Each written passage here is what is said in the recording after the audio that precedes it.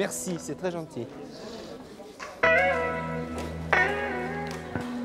Ce qui va nous occuper aujourd'hui, ça va être un rappel, mais aussi un approfondissement, un panorama des grands courants méthodologiques dans l'enseignement des langues étrangères et notamment dans l'enseignement du français langue étrangère. Alors ce panorama, on va l'organiser de façon chronologique. Non que ce soit le seul critère possible, mais c'est l'un des critères structurants du domaine, puisque les évolutions se sont succédées dans le temps de façon de plus en plus accélérée. Vous allez voir que les renouvellements sont de plus en plus rapides. Et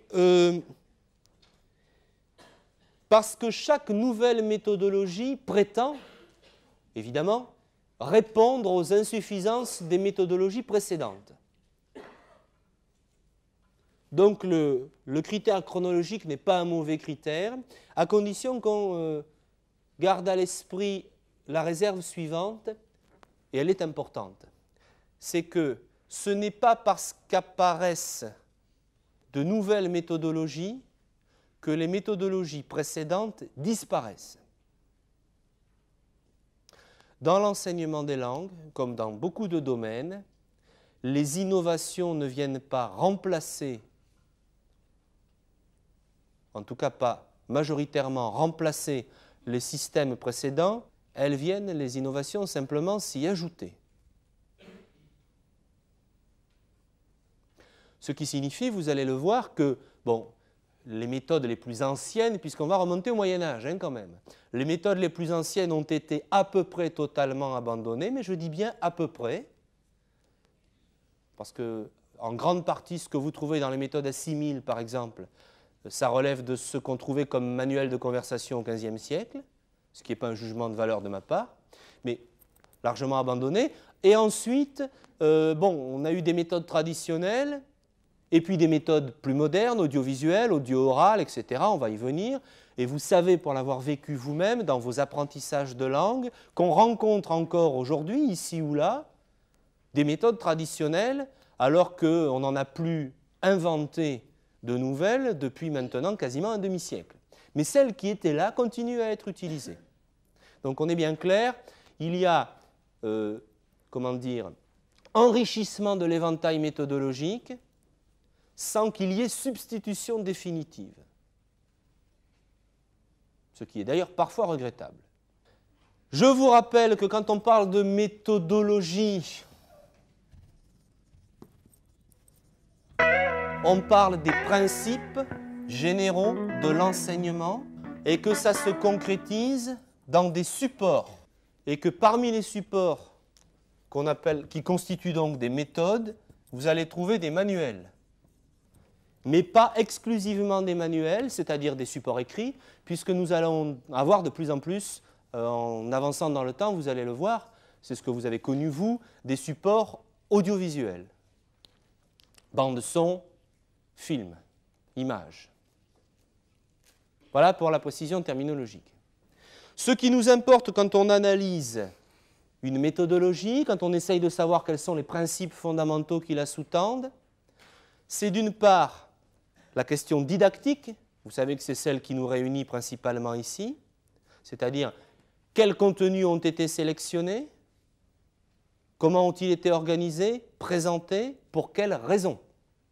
Mais aussi la question pédagogique qui est en aval de la réflexion, c'est-à-dire quels sont les objectifs d'apprentissage qui sont visés par la méthodologie.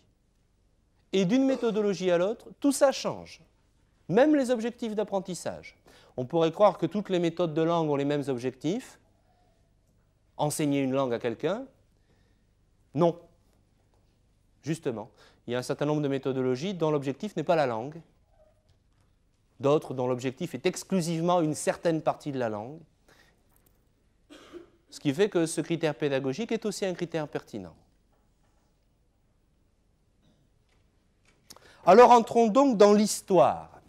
Et commençons par les méthodes les plus anciennes, qui sont les méthodes qu'on trouve au Moyen Âge et surtout à partir du XVIe siècle. Vous allez dire, on va bien loin. Oui, oui, mais bon, l'histoire est souvent éclairante. Alors, les premiers rudiments de méthode d'enseignement du français langue étrangère remontent principalement au XVe siècle, fin du Moyen Âge. Il y avait déjà à l'époque des méthodes, on va appeler ça comme ça, même si le terme est anachronique évidemment, des méthodes d'enseignement du français langue étrangère. Alors, on appelait ça des livres de manières, puisque ce que ça enseignait, c'était ce qu'on appelait à l'époque des manières de langage. Ce qui veut dire, en fait, comment parler une langue. Or, il n'y en a pas beaucoup, hein. Moi j'en connais 3, ce qui est incomparable avec les dizaines et les dizaines de méthodes actuelles, évidemment, mais elles ont comme caractéristique commune d'enseigner la langue exclusivement à travers l'écrit. Évidemment, à l'époque, ils n'avaient pas de support pour enregistrer le son. D'enseigner la langue à partir du latin, c'est-à-dire que notamment les commentaires, les présentations sont rédigés en latin, ce qui nous fait dire qu'on a affaire à ce qu'on appelle des méthodes indirectes. Méthode indirecte, ça veut dire qu'on enseigne la langue par le biais d'une autre langue, que ce soit celle des apprenants ou une langue tierce. On enseigne le français par des explications en latin. En l'occurrence, à l'époque, il s'agissait de l'enseigner à des anglophones, puisque toutes ces méthodes sont des méthodes britanniques. Pour des raisons historiques bien connues, hein, vous savez que c'est l'époque où les Anglais, on va en rester là, pour pas trop généraliser, ont commencé à abandonner le français comme langue officielle et où l'aristocratie cherchait malgré tout à le conserver. Donc on a créé des méthodes pour enseigner le français aux jeunes aristocrates britanniques pour qu'ils puissent continuer à maîtriser ce qui avait été pendant longtemps la langue du pouvoir en Grande-Bretagne, la langue du trône d'Angleterre. Donc, méthode écrite, indirecte via le latin, ayant comme public exclusif, justement, des aristocrates, des nobles, donc une certaine élite sociale. C'est obligé d'ailleurs, hein, parce qu'il fallait qu'ils sachent lire pour pouvoir utiliser les manières de langage. Or, à l'époque, les franges de la population qui étaient alphabétisées étaient très réduites, et c'était les clercs et les aristocrates. Ce sont, au Moyen Âge, des poèmes rimés pour la plupart. Vous voyez un petit peu le naturel de la langue qu'on enseignait. Donc la langue est rimée. Et on imagine des situations de vie qui donnent lieu à des dialogues très artificiels. Alors, c'est par exemple, c'est pour ça que ça me rappelait un peu les méthodes assimiles, c'est par exemple, le jeune aristocrate britannique arrive le soir à l'auberge, alors il rentre et il dit « Hola tavernier, du vin et du meilleur », et ça continue rimé. Alors là où c'est très très rigolo, c'est que ce n'est pas naturel du tout, parce qu'évidemment, on énumère toutes les choses possibles qu'il peut dire. Donc il va dire « Hola, bonjour, bonsoir, comment ça va, comment allez-vous, vous portez-vous bien ?» Et il va continuer. Est-ce que vous avez une chambre, un logement, un appartement, un lit? Et l'autre va lui répondre, oui, et que désirez-vous manger? Du poulet, du lapin, du rôti, du roast beef, des carottes, des pommes de terre, du chou. Et on passe en revue tout ce qu'on peut dire. Donc on a des espèces de stocks de vocabulaire complètement artificiels. Ce n'est pas le pire qu'on ait trouvé, hein, parce que c'est quand même une méthode de la langue en dialogue. Dialogue artificiel, mais dialogue quand même. À partir du XVIe siècle, la réflexion sur les langues, et notamment les langues dites vulgaires de l'Occident, commence à se développer. Vous savez que jusqu'au XVIe, c'est le latin qui reste la langue sacrée, la langue dominante, la langue de l'écrit, du pouvoir, et qu'à partir du XVIe, les langues dites vulgaires commencent à le remplacer. C'est l'époque où le français commence à être perçu comme une vraie langue, digne d'occuper un certain nombre de positions de prestige qu'occupait jusque-là le latin. Je vous renvoie pour ça à la Pléiade pour la littérature, aux écrits philosophiques, qui paraissent au XVIe, enfin tout le renaissantisme pour ce qui est du français, mais aussi pour ce qui est d'autres langues européennes hors du latin. Alors du coup, on aboutit à deux choses. D'une part, on commence à faire, pour la première fois, des grammaires du français. Hein, la première grammaire connue du français date de 1530, si mes souvenirs sont bons. Et elle est due, bien sûr, à un sujet de Sa Gracieuse Majesté. Puisque, encore une fois, là où il y avait une vraie préoccupation de transmission du français, c'était en Grande-Bretagne, c'était en Angleterre, où la langue était en train de se perdre chez les aristocrates pour être remplacée par l'anglais, qui jusque-là était considéré comme la langue des paysans. Hein. Donc, des grammaires qui imitent les grammaires latines, parce qu'évidemment, le latin reste le modèle. Donc, on a un enseignement qui est fondé,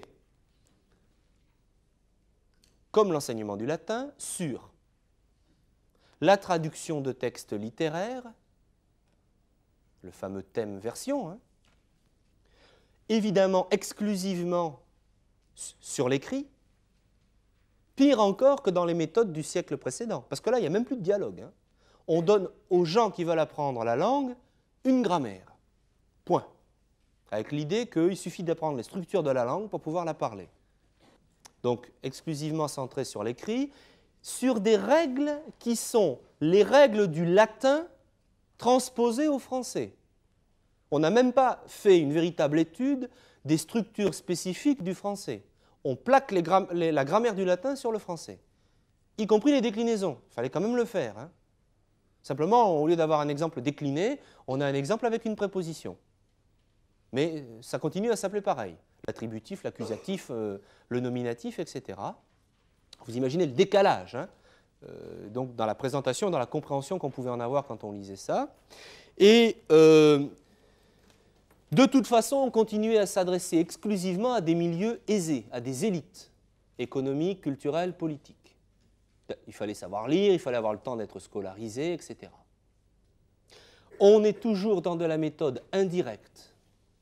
On apprend une langue par des explications données sur cette langue et notamment par des explications données soit dans la langue des apprenants, soit en latin.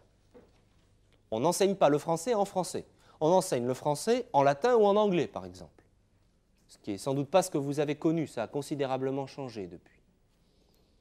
Donc là, on a ces méthodes qu'on va appeler les méthodes traditionnelles, au fond, qui se mettent en place au Moyen-Âge et au XVIe siècle et qui vont durer, en gros, jusqu'au XIXe, jusqu'à la fin du XIXe siècle. À quelques détails près, rien n'a changé pendant toute cette période. Parce qu'on avait, il faut quand même bien comprendre, même si ça peut nous paraître un peu... Avec le recul, on se dit, mais enfin, c'est pas vrai, pourquoi ils ont fait ça comme ça? Il faut bien comprendre qu'ils avaient à l'époque l'idée, qui n'est pas idiote, hein, attention, c'est pas, je veux dire, c'est pas des gens qui ne savaient pas réfléchir, mais qui réfléchissaient d'un certain point de vue. Ils avaient à l'époque l'idée que c'est une vieille tradition occidentale, une langue c'est avant tout une grammaire, c'est-à-dire avant tout une norme écrite,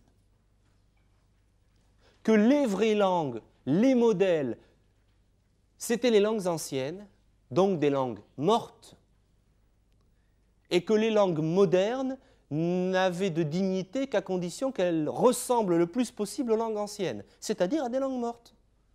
Donc qu'on les enseigne comme des langues mortes à l'époque, c'était parfaitement cohérent dans la pensée à la fois linguistique et puis, disons, scientifique générale de l'époque. Les modèles étaient des modèles anciens. De toute façon, il n'y avait pas de visée concrète effective, on s'adressait qu'à une petite minorité qui avait par ailleurs les moyens d'aller passer un séjour linguistique, ça ne s'appelait pas encore comme ça, vous imaginez bien, mais d'aller passer un séjour linguistique. Alors, une fois que le fils du marquis de Machin Chouette avait bossé pendant 6 mois, 1 an, 2 ans sur sa grammaire avec un répétiteur, on l'envoyait en stage, on ne disait pas ça comme ça, pendant 6 mois, à la cour de France si on pouvait, ou dans une autre cour où on était plus ou moins francophone, et c'était là qu'il allait se frotter à la langue parlée effective. Mais à quelle langue parler, évidemment, hein? pas du tout à une langue usuelle, quotidienne, populaire. C'est une situation de hiérarchie sociale très forte et elle se retrouve, y compris dans les pratiques d'enseignement social des langues. Alors, là où on commence à avoir un changement, c'est pendant le XIXe siècle, et ça aboutit au début du XXe siècle, et on a un deuxième grand courant qu'en gros on peut dater de, mettons, 1900 jusqu'à 1950, qui est marqué principalement par l'essor de l'enseignement du français. Là, on commence à faire un enseignement de masse. Mais détrompez-vous, il ne s'agit pas d'un enseignement de masse du français à l'étranger, il s'agit d'un enseignement de masse du français en France. Parce que c'est l'époque de la scolarisation obligatoire. Hein, les lois Jules Ferry, je vous rappelle, c'est 1882-1886. Et je vous rappelle aussi que jusqu'à la fin du XIXe siècle, au moins les 3/4 des Français ne parlaient pas français, mais les langues régionales, plus ou moins proches, ou parfois très distantes du français. Pensez au basque. Et donc c'est l'époque où on a essayé de mettre au point des méthodes d'enseignement du français à des gens qui ne le parlaient pas de façon massive. Du coup, on met au point une innovation absolument fondamentale dont on pense, d'après les sources historiques qu'on a, qu'elle est due à un inspecteur de l'enseignement primaire du Finistère. Mais il n'y a pas de quoi être fier, vous allez voir, même si ça s'est passé en Bretagne, puisqu'il a été l'inventeur de ce qu'on a appelé la méthode directe. C'est-à-dire l'idée, à l'époque tout à fait révolutionnaire, que pour que quelqu'un apprenne une langue, il fallait lui enseigner cette langue dans cette langue. Enseigner le français en français, en rejetant hors de la classe la langue de l'apprenant. En l'occurrence, pour l'inspecteur en question, c'était le breton. Il partait du constat qu'en enseignant le français à l'aide du breton, on continuait à légitimer un certain usage du breton. Et que comme il voulait non seulement rendre les enfants francophones, mais leur faire abandonner le breton, parce que le but, ce n'était pas le bilinguisme, hein, le but, c'était de passer au monolinguisme français, la meilleure des solutions, c'était d'interdire l'autre langue dans la classe. Et donc la méthode directe, au départ, a été mise au point pour rendre plus efficace l'enseignement d'un français qui deviendrait un enseignement exclusif d'autres langues. Ça, c'est fin 19e, début 20e que ça se met en place, et le ministère de l'Instruction publique, puisque c'est comme ça que ça s'appelait à l'époque, a trouvé l'idée géniale, et là, très rapidement après expérimentation, recommandé chaudement à tous les enseignants de français de France. Ça a commencé à pénétrer l'enseignement des langues étrangères, en fin de compte, après la guerre de 14-18, et là pour une autre raison historique aussi. On a les premières traces dans les instructions officielles dans les années 1920. C'est parce qu'on s'est rendu compte sur le front que les soldats français étaient particulièrement mauvais en langue étrangère, ce qui pouvait leur poser des problèmes. Et à la suite de ce constat, on s'est dit comment faire pour que l'enseignement des langues étrangères, qui était évidemment peu développé à l'époque, soit plus efficace. Et on a été piocher la même idée de la méthode directe, en faisant la méthode qu'on a appelée méthode directe active. Avec l'idée que pour que les gens apprennent une langue étrangère, vous allez voir à quel point c'était révolutionnaire, à quel point ça va vous surprendre, il faut la leur faire pratiquer. Ah, grande découverte. Pour pouvoir apprendre une langue, il faut qu'on s'adresse à vous dans cette langue et qu'on vous mette en situation d'avoir à répondre dans cette langue. Méthode directe active. Alors ça vous paraît d'une banalité extrême, j'imagine, mais à l'époque c'était particulièrement nouveau. Parce que jusque-là, on avait enseigné les langues à l'écrit, sans parler ou en parlant très peu,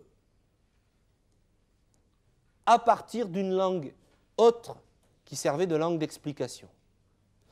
Donc, on met en place les méthodes directes actives Ce qui permet, première conséquence importante, de réduire énormément les activités de traduction. Là, du coup, évidemment, on a beaucoup moins besoin de faire du thème et de la version, puisqu'on essaye de pratiquer directement la langue. C'est-à-dire qu'on est en train de commencer à abandonner le modèle des langues anciennes pour essayer de voir émerger, au fond, un véritable mouvement méthodologique d'enseignement des langues vivantes. C'est d'ailleurs l'époque où on commence à distinguer langue ancienne et langue vivante. Jusque-là, on n'osait pas trop dire que le latin n'était pas une langue vivante. Ça restait quand même la langue de référence. Je vous rappelle que jusque dans les années 50, en France, l'épreuve de sélection la plus importante pour réussir à accéder notamment à l'enseignement supérieur et aux grandes écoles, c'était le thème latin. Parfois même, mais là ça devient plus élitiste, le thème grec. Grec ancien, bien sûr. Hein. Plus tard, c'est devenu les maths. Après, ça a été les bacs C qui ont eu accès à un certain nombre d'écoles prestigieuses. Mais jusque dans les années 50, c'était le fort en thème latin. Le bon élève, c'était le fort en thème latin. Demandez à vos grands-parents s'ils ont eu ces cursus-là, je pense qu'ils doivent s'en souvenir encore. Donc, les objectifs restent évidemment des objectifs grammaticaux, mais on commence à s'approcher petit à petit d'une véritable pratique de la langue, et plus seulement d'une connaissance de la langue. Vous voyez, la distinction est fondamentale. Hein. Soit on enseigne du savoir sur la langue, soit on enseigne de la pratique de la langue. Et éventuellement les deux. Mais là, ça devient la cerise sur le gâteau. Or, nous, on le sait maintenant parce qu'on a testé l'ensemble, il est tout à fait possible d'apprendre une langue sans en avoir un savoir conscient. C'est le cas de l'apprentissage de la langue dite première ou maternelle. Quand vous apprenez, on ne vous donne pas des règles de grammaire et on ne vous fait pas des explications de vocabulaire et de phonétique. Vous apprenez ça spontanément, sans réfléchir. Si vous êtes d'un seul coup transplanté dans une situation où vous avez à parler une autre langue, dans un autre État, dans un autre pays, dans une autre région du monde, ben vous l'apprendrez sur le tas. Et on ne vous donnera pas de cours de grammaire, on ne vous donnera pas de cours de phonétique dans un laboratoire. Vous déduirez des pratiques de vos propres tâtonnements, un apprentissage et donc une possibilité d'utiliser la langue. Donc c'est possible, mais à l'époque on n'y pensait pas. D'un autre côté, je connais des tas de linguistes, moi y compris, qui ont des connaissances encyclopédiques abstraites sur une langue, mais qui sont absolument incapables de la parler.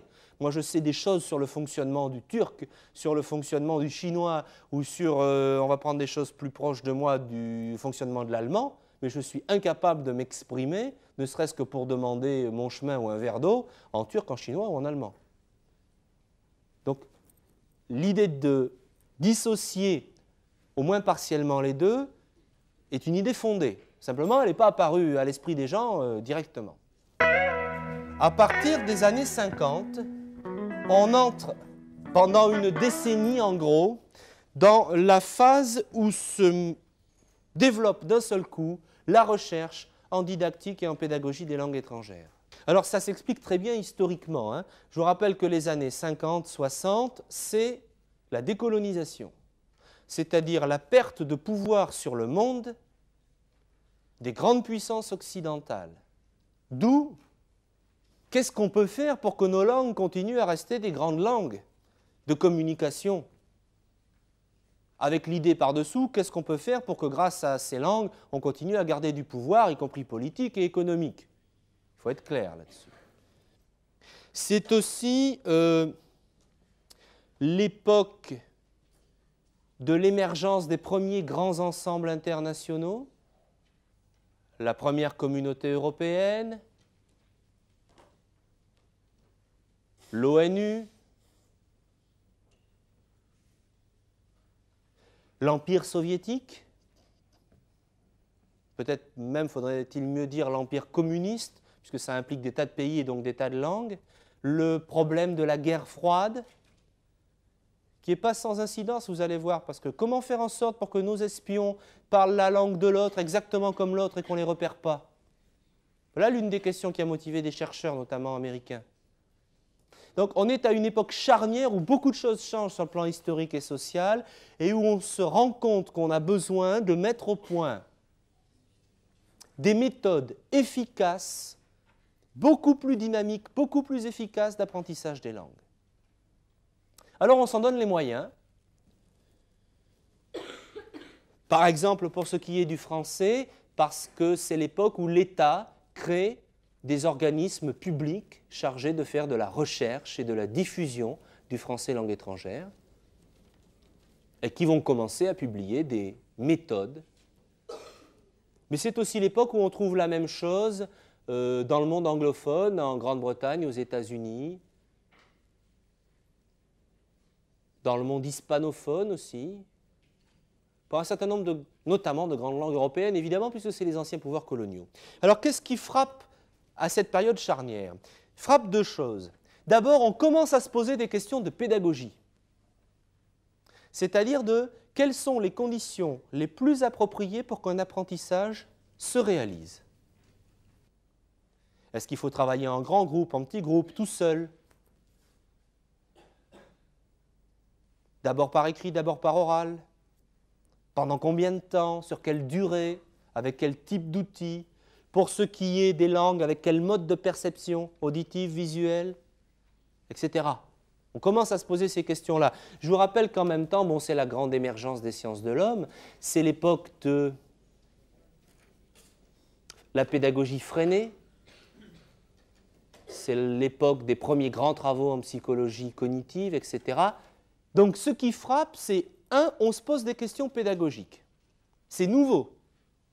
L'idée qu'après tout, apprendre, ça ne va pas de soi et qu'il y a des modalités. Alors là, on va chercher à l'époque, vous allez voir que ça peut être étonnant, comme modèle dominant, grâce à l'influence ou à cause de l'influence américaine, le modèle qu'on a appelé comportementaliste. En français habituel, on appelle ça le behaviorisme. Mais il me semble qu'en français tout court, on comprend bien avec comportementaliste. C'est-à-dire l'idée que la communication linguistique, c'est un comportement, et qu'un comportement peut se conditionner par l'acquisition d'automatismes. Le réflexe de Pavlov. Donc, qu'on va vous soumettre, alors il y en a peut-être qui ont connu ça, mais c'était peut-être déjà passé de mode hein, quand vous avez découvert ça à l'école. On va vous soumettre, par exemple, 20 fois, 30 fois, 40 fois, 50 fois la même question, et à chaque fois, vous devez répondre du tac au tac. Simplement, on va changer un mot. Alors, c'est lié, vous avez peut-être entendu parler de ça, les exercices structuraux. Ça ne rappelle pas quelque chose? C'est lié à la notion de structure en langue. Ça vient, en anglais, c'était structural drills. C'est de là que ça vient, hein, des méthodes américaines. Alors, l'exemple, c'était l'exercice où il y avait 100 phrases qui étaient de type, alors l'enseignant donnait à l'élève, je vais prendre un exemple en français, Pierre mangeait pommes de terre. Il faut répondre, Pierre mange des pommes de terre. Je mangeais pommes de terre, je mange des pommes de terre. Marie mangeait pommes de terre, Marie mange des pommes de terre. Il mangeait pommes de terre, il mange des pommes de terre. Et on change à chaque fois de personne. Et on fait ça. Un espèce de jeu de ping-pong, mais alors vraiment le ping-pong comme quand on voit les champions. Ça va très très vite, on ne voit plus la balle. Et avec l'idée que ça va conditionner une acquisition de structure de façon tout à fait automatique. Bon, ça a été discuté par la suite, mais on a vu ça pénétrer directement les anciennes méthodes traditionnelles, parce que ça reste quand même très peu basé sur la communication effective. Hein. On imagine mal des gens dans la rue qui d'un seul coup se mettent à se poser 20 fois la même question. Est-ce que tu manges des patates? Oui, je mange des patates. As-tu mangé des patates? Oui, j'ai mangé des patates. Ce n'est pas très réaliste. Hein. On est dans la même idée d'un enseignement un peu artificialisé. Donc, on fait des exercices structuraux de façon répétitive pour essayer de conditionner. L'oral commence à prendre de la place parce qu'on commence à disposer d'un matériel d'enregistrement. Hein, c'est les premières bandes magnétiques. On commence à pouvoir avoir dans une classe un magnétophone où on entend de la langue. C'est révolutionnaire. Hein.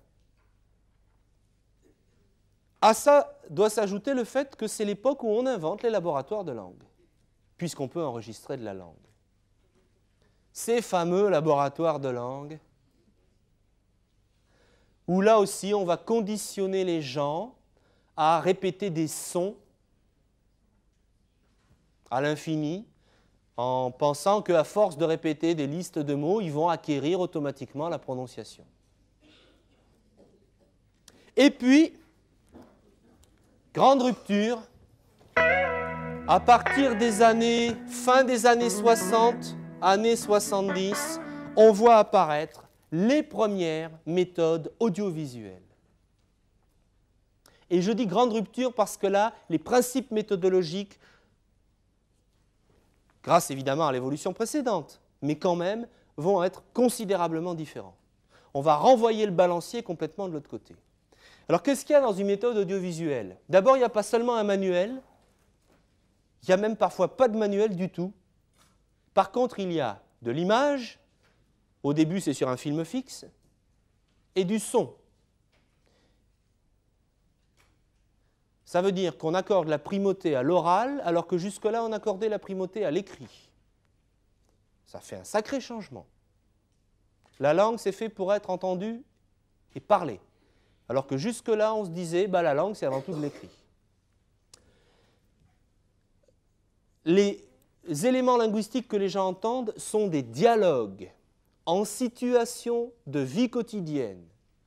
Au début un petit peu artificiel, et puis très rapidement, on arrive à produire des scénarios qui tiennent debout. Ça aussi, c'est radicalement nouveau, parce que jusque-là, c'est d'ailleurs ce qu'on va voir dans la méthode qu'on va étudier la semaine prochaine, qui est une méthode traditionnelle, il n'y avait jamais des gens qui dialoguaient. Il y avait éventuellement une voix, et à coup sûr un texte qui vous disait « Ceci est un crayon ». Qu'est-ce que c'est ? Ceci est un crayon. Si vous répondez c'est un crayon, vous avez faux déjà. Et surtout pas un crayon parce qu'il faut faire des phrases complètes. On n'est pas du tout dans une communication réaliste. On était dans des énoncés artificiels. Là non, on a du dialogue. C'est quelqu'un qui rentre dans une pièce et qui dit bonjour, ça va, je m'appelle machin, qu'est-ce que vous faites ici? Tiens, je viens boire un coup. On commence à avoir de la vraie conversation de la vie quotidienne. Alors, regardez ce que ça implique. Ça implique aussi qu'on est en train de remettre en question la norme linguistique. On n'enseigne plus de la belle langue littéraire standard grammaticale, on enseigne du parler quotidien. On est évidemment en méthode directe, alors là, à coup sûr, c'est-à-dire l'idée c'est le bain linguistique, l'apprentissage par immersion. Paf! On vous met dans la salle, et dans cette salle, on ne parle que la langue que vous voulez apprendre. Immersion, méthode directe. L'idée de fond, discutable d'ailleurs, c'était qu'il était possible d'apprendre une langue autre comme on avait appris sa langue première. Par imprégnation directe, par tâtonnement communicatif. Ça tient debout en partie, c'est en partie discutable aussi. Mais en tout cas, c'est l'idée à laquelle on s'est accroché. Alors vous voyez le retour de balancier. On avait des méthodes d'abord indirectes et puis un peu directes, mais très artificielles, grammaticales, écrites. Et d'un seul coup, on vous sort des méthodes à l'époque complètement révolutionnaires. D'ailleurs, les premiers qui ont fait ça, on les a pris un peu pour des fous. Où il n'y a plus de texte, il y a des images, de la parole enregistrée, de la langue authentique. Imaginez le changement. Ça a été d'abord expérimental, puis quand on a vu que ça produisait des bons résultats, parce que ça marche bien évidemment, ça s'est relativement rapidement généralisé, ce qui fait que, en gros, à la fin des années 70, par exemple, dans tous les collèges de France, l'enseignement des langues se faisait désormais avec des méthodes audiovisuelles. Et qu'en tout cas, tous les nouveaux enseignants se mettaient à ces méthodes-là. Alors ça n'empêche pas qu'ici ou là, il y a des gens qui sont restés fidèles à des méthodes traditionnelles, bien sûr. Mais il y a eu un véritable engouement et la révolution a porté d'une certaine façon. Ce qu'on a reproché évidemment à ces méthodes, ça a été deux choses. Au départ, qu'elles avaient bien réfléchi à l'aspect pédagogique. Pour apprendre une langue, il faut la vivre, il faut la parler, tout cet aspect modalité de contact avec la langue, mais pas bien réfléchi aux aspects didactiques. C'est-à-dire que, bon, d'accord, des dialogues de la vie quotidienne, mais quel dialogue? Quelle vie? Et donc, il y a des travaux qui ont été réalisés pour essayer d'identifier les situations de vie les plus courantes avec le vocabulaire ou les énoncés qui vont avec.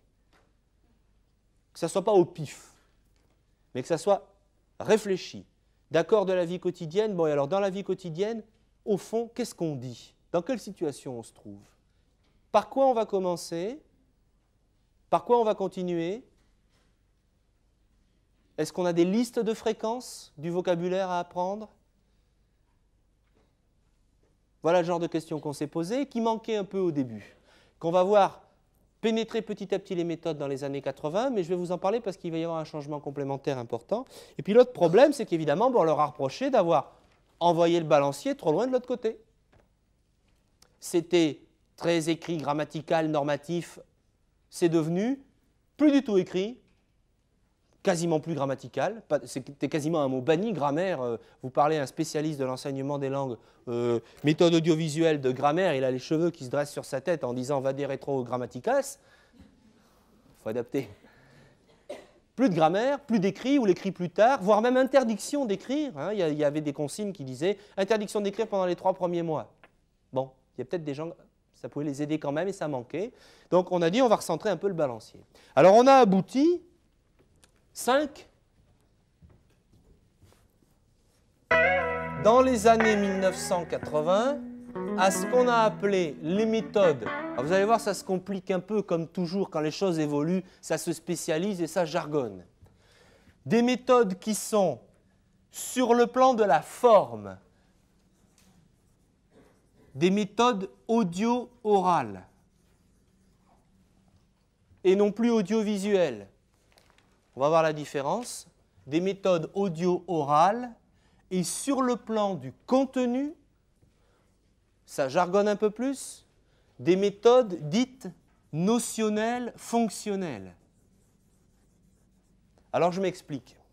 Audio-oral, ça veut dire que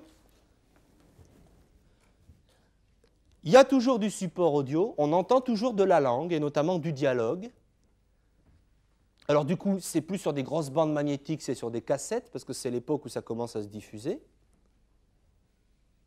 Seulement qu'on n'a plus une image projetée sur un écran, mais qu'on a à nouveau un manuel et les images sont imprimées sur les pages. C'est-à-dire que l'image n'a plus la place principale. C'est pour ça qu'on ne les appelle plus audiovisuels. Alors regardez ce que ça implique. Hein. Si vous avez un manuel avec l'image sur la page, qu'est-ce que vous voyez en même temps? Le texte. Ça implique un certain retour de l'écrit.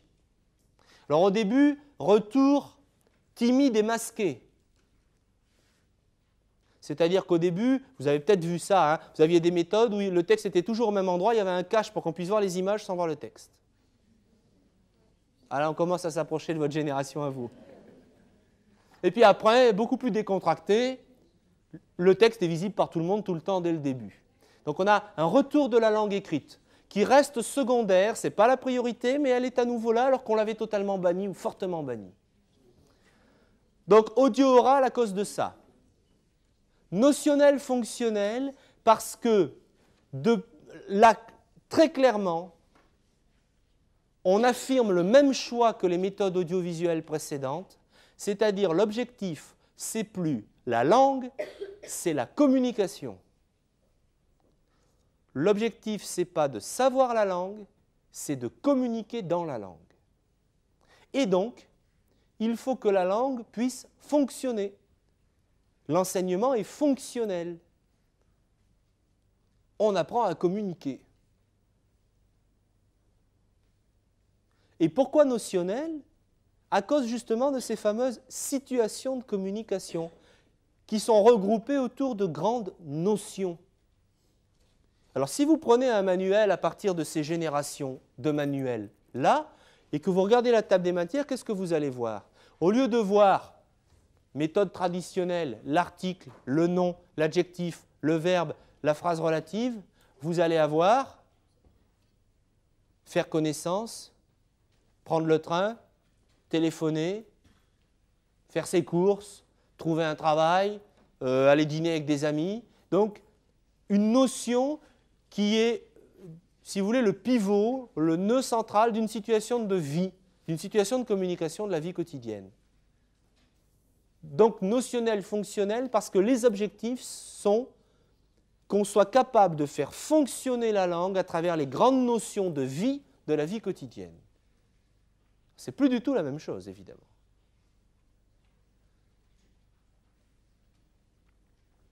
Seulement, comme on a réintroduit l'écrit, le manuel, on voit réapparaître aussi un peu de grammaire, un peu plus de structure, d'une certaine façon, une approche didactique un peu plus rationalisée.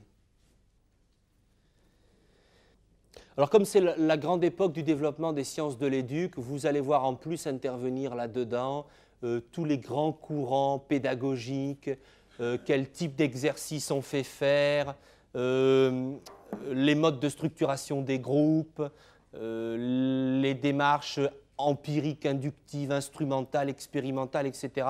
Tout va apparaître là-dedans selon les méthodes. Mais les principes méthodologiques de base, ça reste ce qu'on vient de dire. Langue réaliste de la vie quotidienne, principalement entendue et parlée, secondairement lue, écrite et étudiée de façon un peu rationalisée. J'ai bien dit secondairement, hein. Notamment la norme est de plus en plus remise en question. Par exemple, dans les méthodes des années 80, vous allez voir de plus en plus des gens qui parlent des tas de français différents. Des français normaux comme le mien, des gens qui ont un accent bizarre comme vous, des gens de la francophonie en général. Alors qu'auparavant, c'était français, Académie française, le plus pur possible avec tous les défauts du mot pur. À partir des années 90, vous voyez qu'on va arriver à l'heure, hein.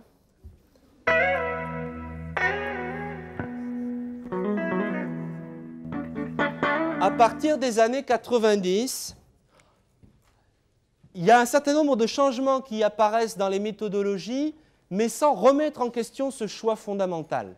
Simplement, il va y avoir des aménagements. Ça va rester très majoritairement, je vous parle des nouvelles méthodes qui apparaissent, évidemment, de la méthodologie audio-orale, communicative, active, directe, comme précédemment. Si vous voulez, à partir du moment où la grande rupture a été faite avec les méthodes audiovisuelles, l'idée que ce qu'on enseigne, c'est de la communication vécue, est un acquis sur lequel plus personne ne revient. Un bon exemple, hein, dans les instructions officielles d'enseignement des langues vivantes au collège, puisque c'est quand même là que ça se fait au départ, qui sont pas vraiment des modèles d'innovation d'habitude, hein, les instructions officielles de l'éducation nationale. Depuis les années 76, c'est clair, c'est tout le temps objectif communicatif. Alors on vous met quand même de la grammaire parce que l'école se traîne un tel passé qu'elle ne peut pas s'en débarrasser comme ça, mais c'est objectif communicatif, de toute façon. Hein. Aujourd'hui, un enseignant qui, sortant de l'IUFM, irait faire un cours de grammaire, premier cours de l'année à ses élèves en, on va prendre une langue que vous êtes susceptibles tous d'enseigner, par exemple le japonais, vous prenez premier cours aujourd'hui, la structure du groupe nominal en japonais, il se fait fusiller par l'inspecteur. C'est fini. Ça va être, premier cours, on se dit bonjour en japonais. On entre en communication. Ça, c'est exigé partout. Donc c'est un acquis sur lequel plus personne ne revient pour l'instant en tout cas. Par contre, là, il va y avoir des petits changements, mais ils sont en train de faire leur chemin et je me demande s'ils ne vont pas devenir des grands changements, parce qu'on arrive à la fin des années 90, là, hein, aujourd'hui, puis on arrive bientôt à 12h15 aussi. C'est qu'on voit, apparaître de plus en plus ce qu'on appelle des méthodes ciblées. C'est-à-dire qu'au lieu de faire une méthode qui est bonne pour tout le monde, on fait des méthodes qui sont valables pour un public donné ayant des objectifs donnés.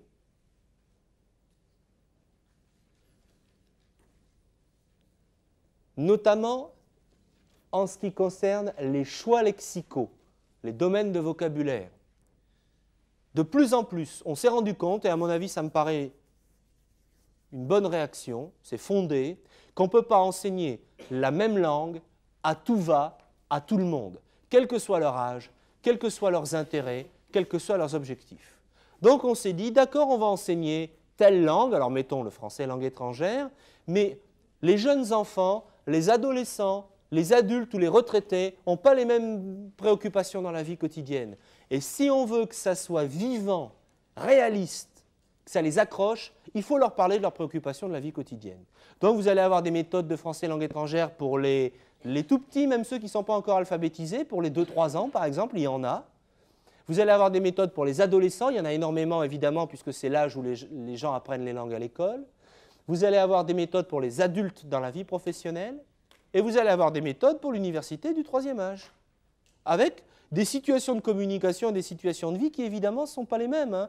Les ados, il y a tout le vocabulaire de sortir le soir, faire une boum, se faire engueuler par le prof à l'école, enfin des trucs de la vie quotidienne d'un adolescent.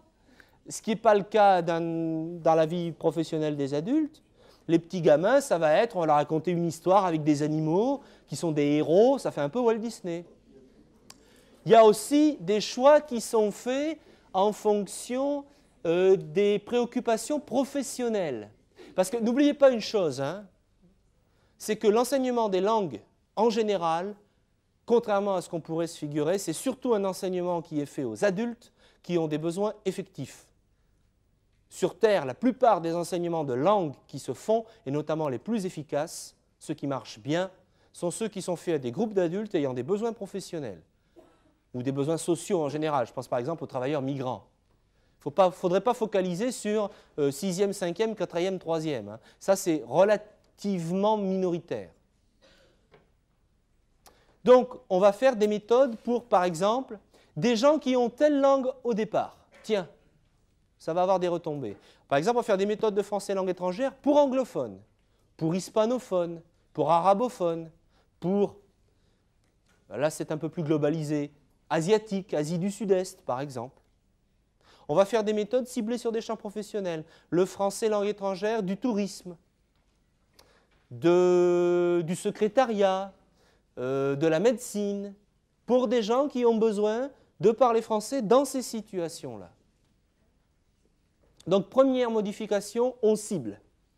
Deuxième modification, on réintroduit, je l'ai un peu fait sentir, de la méthode indirecte. Ah, alors là, c'est plus radical, c'est plus fondamental. C'est-à-dire que on a à nouveau le droit d'utiliser une autre langue que la langue cible dans la classe. Et vous avez des méthodes où on va donner dès le début aux élèves, par exemple, les questions qu'il faut poser pour obtenir des traductions. De type, comment est-ce qu'on dit, j'en sais rien moi, peine en français? Et on leur apprend ça dès le début pour leur donner des outils d'acquisition de la langue. Alors que dans les méthodes directes, c'était absolument honni ce genre de choses-là. On va faire distinguer des langues aux gens. On en voit plein dans les méthodes actuellement. Les gamins, en 6e et même en 5e, au début, on leur fait entendre. Alors, ils viennent par exemple suivre le cours d'anglais. Ils ont, dès les premières pages, de l'anglais, de l'espagnol, du portugais, je ne sais pas moi, de l'arabe et puis de l'inouï. Allez, je prends un exemple un peu exotique. On leur fait écouter, puis on leur fait reconnaître les langues pour que ça soit contrastif. Alors ça, introduire d'autres langues, c'est de la méthode indirecte. Éventuellement, on va leur faire des exercices du type « Comment est-ce que tu dirais en… » Alors, moi je vous le dis dans un manuel que j'ai vu récemment, c'est un manuel d'anglais. « Comment est-ce que tu dirais en anglais que tu es fatigué et que tu vas te coucher ?» Ça, c'est de la méthode indirecte, puisqu'on leur pose la question en français dans un livre d'anglais. Vous voyez, on réintroduit de la méthode indirecte. Bon, c'est pas forcément idiot, ça se discute aussi. L'idée qu'après tout, la langue qu'ont les gens, ça peut être une ressource, pas une mauvaise idée. Et puis, dernière caractéristique, donc j'ai dit ciblé, indirect Et dernière caractéristique très importante, on la voit en pleine expansion actuellement, c'est le fait que ce sont des méthodes dites interculturelles. C'est-à-dire des méthodes qui ont pour ambition de favoriser la rencontre entre les peuples, entre les cultures, de développer la bienveillance, la tolérance, toutes sortes de grandes valeurs comme ça. Justement là où se crispent les différences, des gens qui parlent des langues différentes, au départ on peut imaginer que c'est vraiment la situation conflictuelle la plus forte, la situation frontale. Et justement on essaye de les dédramatiser pour que les gens apprennent justement la rencontre entre les cultures. Alors ça devient banal d'avoir par exemple dans les méthodes de langue des situations où vous avez notamment dans les grandes langues occidentales des locuteurs qui sont des travailleurs immigrés. Vous prenez une méthode d'anglais, aujourd'hui, si vous n'avez pas un Pakistanais dans un coin, c'est bien rare. Vous prenez une méthode de français, vous allez avoir un français qui est noir ou un français qui est d'origine maghrébine. Et on essaye de faire se diversifier la langue. On essaye de faire se rencontrer. Qu'est-ce qu'on a de commun? Vous venez apprendre le français? Ben voilà ce qu'on mange. Qu'est-ce que vous mangez? Ah ben tiens, on mange aussi la même chose, mais parfois pas la même chose. On essaye de créer des échanges entre les cultures. Et donc, ça implique une modification du contenu. C'est que c'est plus seulement la langue qui est visée, c'est la langue et de plus en plus fortement le mode de vie qui va avec. Il y en avait déjà, mais là, il y en a de plus en plus. Et puis, mais on verra ça plus tard et vous avez d'autres cours pour l'étudier, on voit apparaître des méthodes qui s'appuient sur ce qu'on appelle les nouvelles technologies. En tout cas, des supports méthodologiques.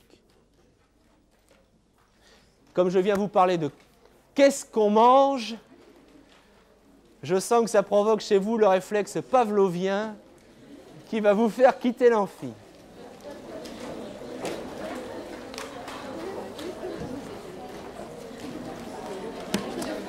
Alors à la semaine prochaine.